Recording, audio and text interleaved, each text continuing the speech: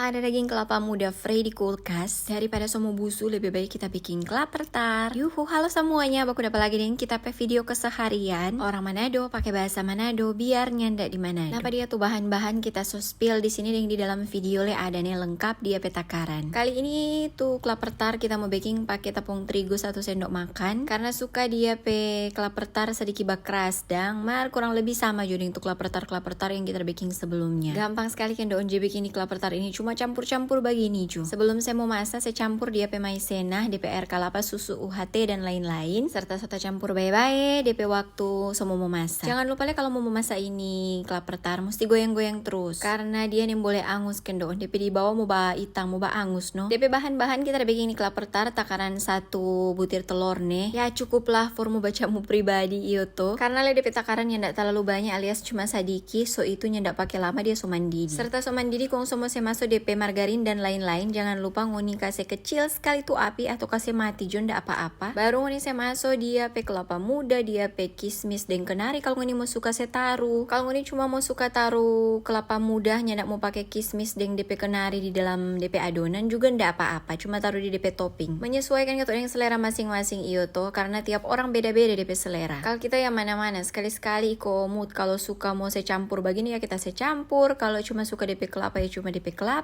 Serta serta campur semua. Ini kita saya taruh di dalam baskom kaca begini. Kalau ini mau pakai baskom sama dengan kita begini, mesti pastikan ini boleh mau masuk di oven nih. Serta soklar taruh DP adonan. Sekarang DP waktu kita mau mixer ini putih telur. Kita so taruh akan gula dengan vanilla essence secukupnya. Kita mixer dengan kecepatan sedang sampai dia jadi kira-kira model begini. Jangan tengok. DP bahasa gaul ini soft peak. Jadi sampai dia jadi kaku begini dangkong. Serta dia so kaku langsung saya taruh di DP atas begini. Ini kok aja bilang merenguani ke atau apa ya kita tidak terlalu mengerti lah. Bukan terang pe bahasa kendoon. Jadi ya maklum jo. Kasih taruh kasih rata. Oh iyo kote kita mau bilang panguni. Kalau mau saya sendiri DP kuning telur dengan putih telur, jangan lupa DP putih telur langsung saya tutu nih. Karena kan nanti ke belakang tuh supaya pas blender dia mau jadi gagah begini. Nyanda ini nanda gagal. Mixer tapi maksud bukan blender astaga. Kong ini kita sementara aja taruh DP topping. Akhirnya so DP waktu kita mau panggang di dalam oven. Tuh oven kita selesai panas sebelumnya 10 menit. Apa kita saya panggang kurang lebih 15-20 menit pakai api atas bawah. Jangan lupa kalau bapak panggang begini tetap keker-keker nih. Menyesuaikan oven masing-masing, pokoknya jangan sampai angus. Ngoni yang suka mau samaan konfor